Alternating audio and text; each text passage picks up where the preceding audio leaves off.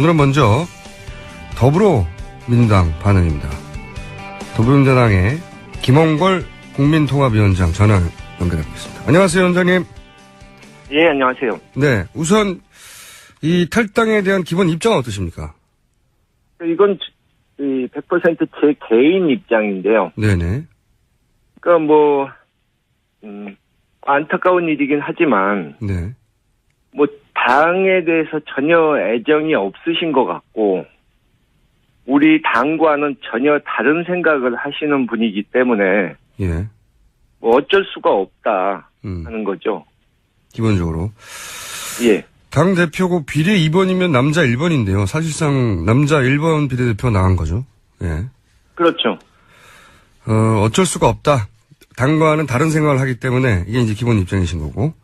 그렇죠. 네, 근데 탈당의 이유가 경제민주에 대한 의지가 전혀 보이지 않기 때문에 본인이 할 일이 없다. 이런 이야기를 했거든요.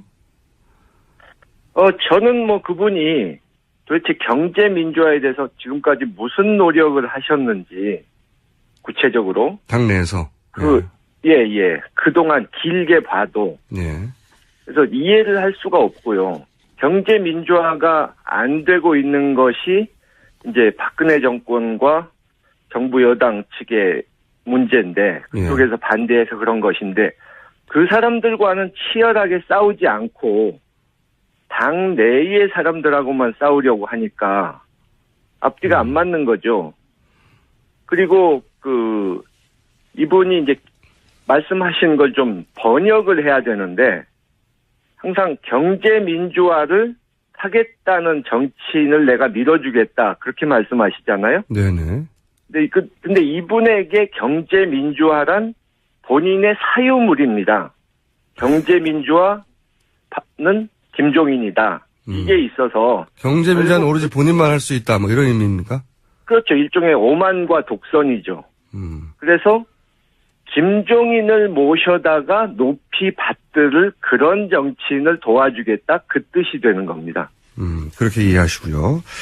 자, 영입 과정도 잘 아시는 것으로 알려졌는데 당시 비대위원장으로 영입되는 상황 좀 설명해 주십시오. 어떤 상황이었습니까? 내부에서는. 제가 속속들이 다 아는 것은 아니지만 네. 분명한 것은 이제 그런 말씀 하시잖아요. 모셔와놓고선 푸대접했다 이런 식으로. 네네. 근데 전권을 드렸고 비례대표도 드리고 했으니까 푸대접이란 말이 안 되고. 예. 그러면은 이 사람이 문제가 있다면 당신들이 데려올 때 잘못 판단한 거 아니냐 이렇게 말씀하신 분이 있는데 그 말은 어느 정도 인정해야 됩니다. 판단을 잘못한 건 있죠. 예. 그런데 그 당시 이제 좀 급박한 상황이었고 네. 또 이분이 영입의 1순위가 아니었다는 거예요. 애초에. 제가 아는 것 바로만 해도 이분보다 먼저 제의를 받으신 이 사회 원로들 훌륭하신 분들이 한 4분 정도는 됩니다. 최소한. 근데 그분들이 다 이제 연세도 많으시고 정치 일선에는 나가실 생각이 없다고 고사하셨기 때문에 이분한테 차례가 온 거예요. 푸대접이라고 할 때 한 가지는 저도 동의가 안 되는 것은 사실 정당의 공천권을 선거 기간에 준다는 것은 다 주는 거거든요. 생사야탈권은. 그렇죠. 그건 푸대접을 할 수 없고 그런데 이제 또 한편으로는 이런 표현을 씁니다. 측근들을 통해서 은혜를 모른다. 이런 표현을 쓰는 이유는 아마도 총선의 승리에 김종인 전 대표가 상당 정도 기여했는데 그걸 인정해주지 않는다. 이런 불만 같거든요. 이 대목에 대해서는 그럼 어떻게 생각하십니까? 좀 전에 이제 좀 경제민주화에서도 말씀드렸지만 본인이 스스로를 좀 과대평가하는 경향이 있고 제가 경험한 바로는 그 당시에 호남 같은 데서는 결정적으로 그분이 안 좋은 영향을 끼쳤거든요. 구체적으로 어떤 나쁜 영향을 끼쳤죠, 호남에? 그러니까 현지에서 가서 보니까 민심도 안 좋고 당 선거운동 하시는 후보나 간부들 중에도 제발 저분 호남 좀 못 내려오시게 해달라고 아, 그런 얘기가 있었어요? 하소연을 하는 분들도 있었고요. 예, 그리고 또 선거 2, 3일 전에 제가 들은 바로는 네. 당시 여론조사가 굉장히 안 좋게 나왔지 않습니까? 네.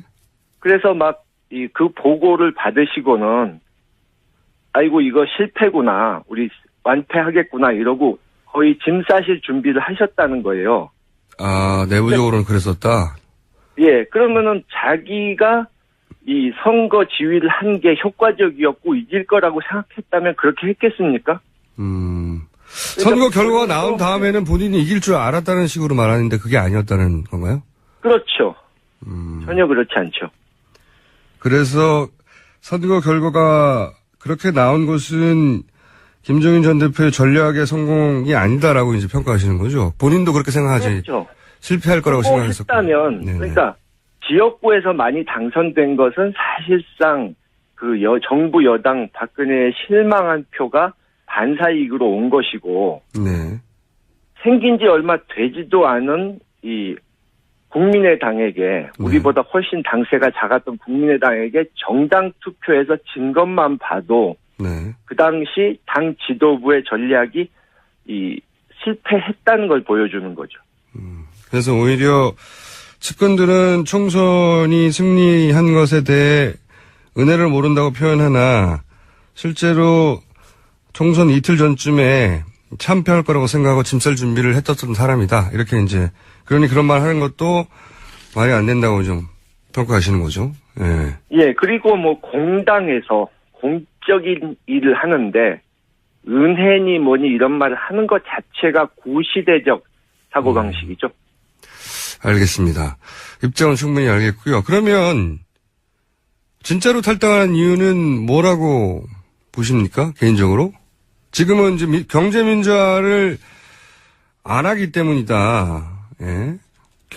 남의 공약을 써준 걸 읽는 사람은 안 된다. 아마도 이건 이제 문재인 전 대표를 의미하는 것 같은데. 뭐 그렇게 표현을 했는데 실제 탈당하는 이유는 그럼 뭐라고 보십니까? 글쎄요. 그분이 그러니까 당 내에서 네.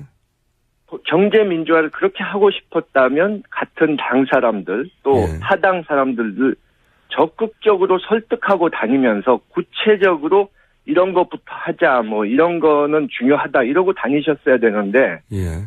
그러질 않으셨거든요.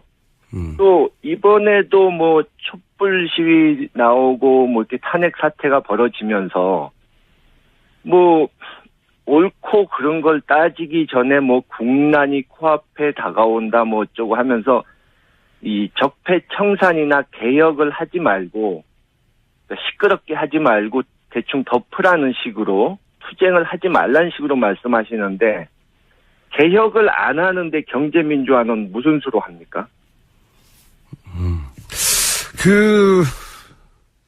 그러면 이렇게 보고는 시각에 대해서는 어떻게 생각하십니까? 탈당하는 이유가 결국은 본인이 출마하려고 하는 거다. 이런 견해가 있는데.